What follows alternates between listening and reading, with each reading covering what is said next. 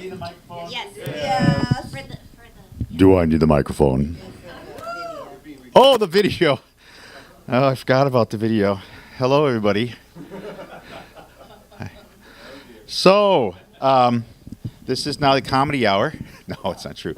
A couple weeks ago, maybe only a week and a half ago, Reverend Linda asked me to do the Insight Speaker. Did I say who I am? Yeah, I did, right? No. My name is Christopher Waite. Hello, good morning again. So it's the first time I was asked to be Insight Speaker.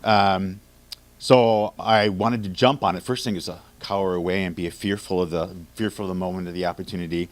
But I overtook that fear really quickly because of the opportunity that it presents to me to speak before all of you. Then in the same text was written what the subject matter for today was. And I was rather befuddled because it's the discussion, I guess, today. I'll just read out what she had written. This is my cheat sheet. The spirit, okay, so the theme of the month being the spirit and practice of co-creation. I'm going, okay, what's that? Okay. And the topic for 1-6, which is today, is discovery, alignment, and empowerment. So when I was first listening, thinking about these, I mean, literally I was going, okay, I thought this was going to be about me and what my insights were. I didn't know I had to have a theme about this. I'm feeling kind of selfish about how I was going to present and where I was going to go with this. And didn't put much thought into it, let it simmer in my consciousness for a little while, subconsciousness. And even up to yesterday, I hadn't drafted anything. I was sitting with it. I hadn't told my husband about this at all because I wanted it to come from me without having any inside thoughts. And also, I wanted to trick him to see if he'd come today. And he did. Without any prodding, he came on his own volition. I was very happy. So I was still stuck. I laid down yesterday. I had some bad news come to me yesterday, and some not bad news, but disturbing news from my boss. And no matter how I tried not to ruminate over what I had learned or heard, the monkey brain took off. And I found myself driving around. I had a bunch of errands. Chris had to work yesterday. And ruminating about it, talking to myself, having a whole discussion with people who weren't there. You know how it is. And find myself talking aloud and shut it down, open it up, shut it down. And then by the time I came home from my errands, I was completely exhausted. And I had 2 cups of coffee. I had the rest of my brother's Christmas cookies mixed up with the coffees. And fell soundly asleep. And just went soundly asleep. Chris came home from work. Didn't really bother with him. He didn't bother with me. And awoke about 6:30 with pounding above us, above our unit, and was wondering what this could be, because there's no sound, no movement in our building. It's a very, very quiet place. It's a very sound building, very strong. And to hear the pitter patter, I said, I know that's children. But I never hear children in a building. You never hear them either. You don't hear the voices. You never see them. Sometimes we live across the library. We hear people screaming across the library, kids playing from a block away because we're so high on the 9th floor. So the reason I wanted to talk about this is because the first response I had to this was something that Chris and I lived in San Diego. We lived in a frail building. It was really nice. Don't get me wrong. It was a nice building, but it wasn't built well. And we had a special needs child above us. And that special needs child, in the middle of the night or whatever, would be jumping up and down for the same hours. And the whole place would shake. Our windows would rattle. And the place at which Chris and I were at the time wasn't a good place. We've come very far from then, but still, I held the feelings about that. So when some children are upstairs, I'm listening and I'm going, okay, I didn't feel a sense of angst. More often, I felt a sense of curiosity. What's going on? There's life in the building. And my stance on children has changed in the last few years. I'm not going to go into why or where. But my curiosity was struck. And so did I read the 3 words, discovery? Okay, discovery, right? So, 1, I discovered that I was curious instead of angry. And so then, as Chris likes to call me and other people have termed, I'm Gladys Kravitz. but not the one that's all nosy and shysta. I'm the one who wants to go and see what's going on, and then take care of my neighborhood. So Chris and I had the opportunity of providing little chocolate gifts to different people that we know in the building. So we dropped off chocolate gifts with cards. And I thought this one lady named Christine lived upstairs from us. So I wrote a card, gave her our numbers because she has a little dog called Biscuit, and I wanted to walk her dog. And gave our numbers. And then when Chris and I came back from Christmas, the box was at our door, returned to us. And I was heartbroken. I was going, oh, maybe they didn't like it. And I didn't look at it for a couple of days and found out, opened it up. She actually whomever opened it up and read that it was for us and then returned it to us because I wrote Chris and Christopher 902. So it sat uncomfortable with me, and I was going, I don't know how to deal with this. And last weekend I found out actually that Christine does not live upstairs. It's her mother lives upstairs, and whenever I see her, she goes to 1002.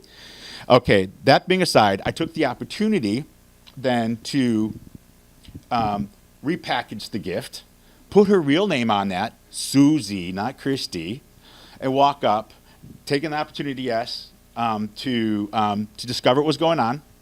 And then I don't know how this worked, but then I'm going to align my feelings to a better feeling about what was going on instead of being angry with the situation. And then I heard children. As a matter of fact, before I went up there, I was going, okay, that's more than one. That's one, two. And then I heard calls and screams. I'm going, okay, there's boys and girls. I hear distinct boys and girl voices. So I decided to go up, had the package in hand.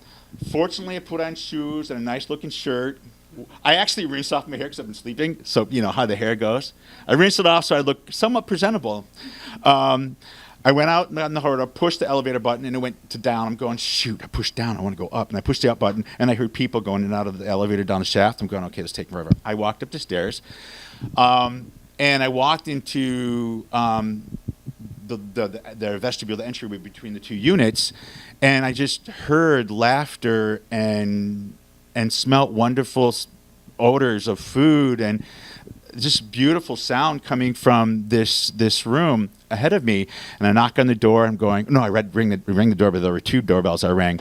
And a man comes out and goes, may I help you? I'm going, is Susie here? He goes, yes, may I tell her who you are? I said, this is Christopher. I live downstairs. So Susie comes out. She's just a beautiful, beautiful Persian lady. And she's very striking, and she's always full of life and love. And she just spills out of her when you see her. So she came in, and I told her about the gift and told her about messing up her name. And she said, come in. And all of a sudden, I was whooshed in. I mean, it was like I floated on a cloud into this celebration of Christmas. I guess Orthodox, I did not know this, but Orthodox Christian churches celebrate Christmas today. I did not know this. Yes, Little Christmas, I learned something. You know, because I was raised Catholic, and Christmas always was the 25th, and after that it was done, right? And then you got the discount sales, and your birthday's in January. So I just wanted to express, my discovery was that I've changed. And instead of being angered about something that was bothersome, I wanted to align to it, right?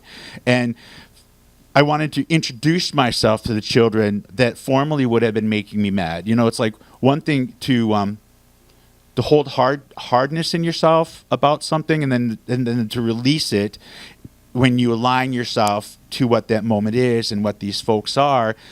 It was a beautiful experience. I was introduced to all 30 of them. It's a mix of Persians, Armenians, Russians, and some, I don't know the other ethnic groups. But it was just beautiful. And Chris's word that I've used a little bit often, well, last night, it was opulent. Just over the top, just over the top beauty in that. And the people were beautiful, and they all welcomed me in.